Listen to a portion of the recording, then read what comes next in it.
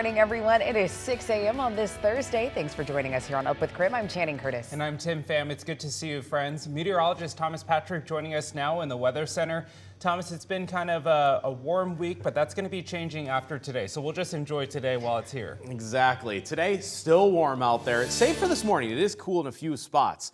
But beyond today, we got some big weather changes that'll be taking place. And we're going to cover that in some pretty excruciating detail. But let's get you out the door for today. It's 53 and sunny skies in Spokane, but it is not quite that warm everywhere in the inland northwest. I actually do still see a few spots in the 30s this morning. St. Mary's at 34, Colville at 39. Deer Park, you were 36 last hour, but you're up 8 degrees this morning as that temperature inversion should quickly break thanks to the sunshine that we have out here already.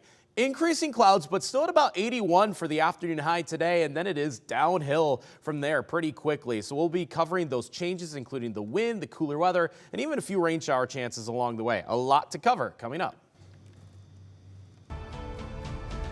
At this hour, we continue to track the Grove fire. This is burning in the Geiger Heights area. The good news to report to you this morning is that all evacuation levels have been downgraded to a level 1 or really downgraded completely to nothing, no evacuations. That's right. So this morning, we're taking a look at the damage for the first time. KREM 2's Nathan Hyun has more for us this morning. It was a devastating scene. I'm on a property that saw the worst of it. Take a look. More than half a dozen vehicles and an outbuilding were destroyed. I had a chance to speak with this property's owner. And that's where Emily and I were at when we smelled smoke. And we ran out and ran down there and looked around the corner.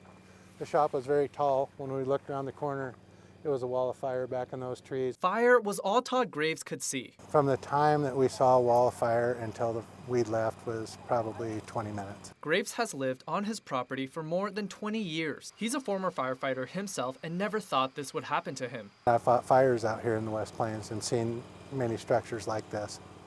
But certainly nothing like this has ever happened to me. Fortunately, Graves' primary home was saved, but more than half a dozen of his vehicles and his outbuilding were destroyed. He's trying to stay positive. Got out of here without getting hurt. And the neighbors were here helping and they got away without getting hurt. And it's just stuff. We can replace it all. The fire burned 75 acres, but it could have been worse. And it went from a small size to increase in size very, very quickly. This fire in August will be a different story. The key thing here is June, we still had a lot of green out there to help slow the fire down. Guy Gifford is a public information officer for DNR. He says air support also played a big role in the fighting of the fire.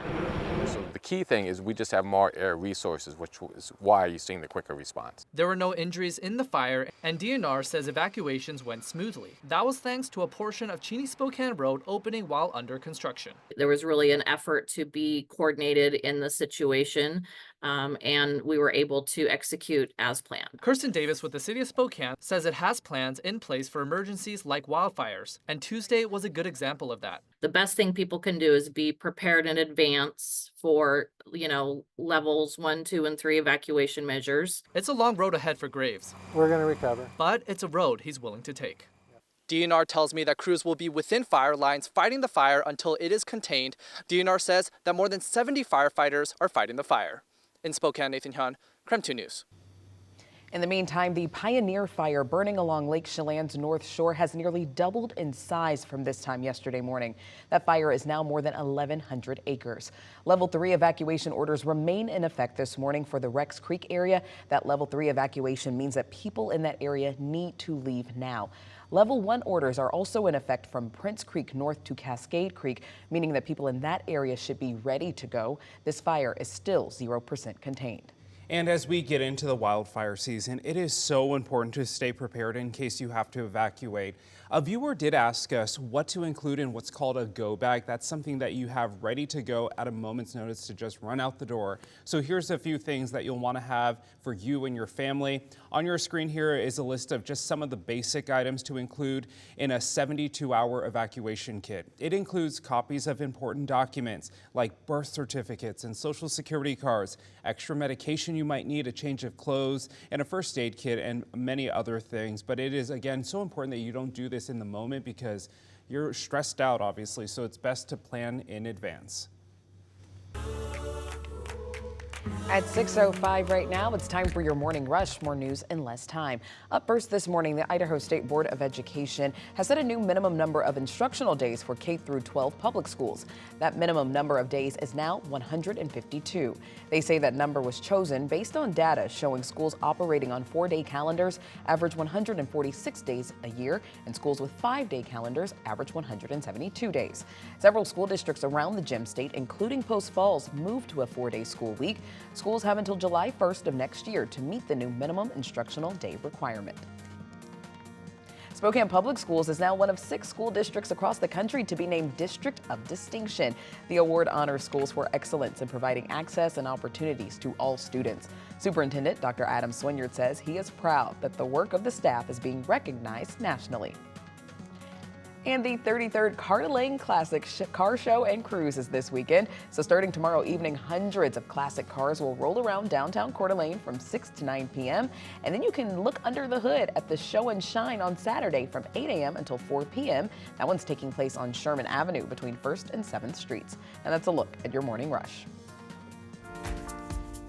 Is there anybody here who loves to read? Channing raised her hand too. I did. It's almost the end of school. Of course, just a couple more days. We're getting excited, but that doesn't mean it's the end of reading for thousands of kids. The KREM Cares Big Book Giveaway did actually one last unplanned special visit on Tuesday to wrap up the season. With the help of our partners at BECU, we did have some extra books. We didn't want them to go to waste, so they actually went to kids at Harrington Elementary School, and it capped off a month of giving books away. About 2,000 students got a book for the summer. KREM Cares is committed to increasing access to books, and it becomes a challenge for parents and schools to get kids reading, as many schools around the nation and region are seeing a decrease in literacy. So we'll have more on this story coming up tomorrow on KREM 2.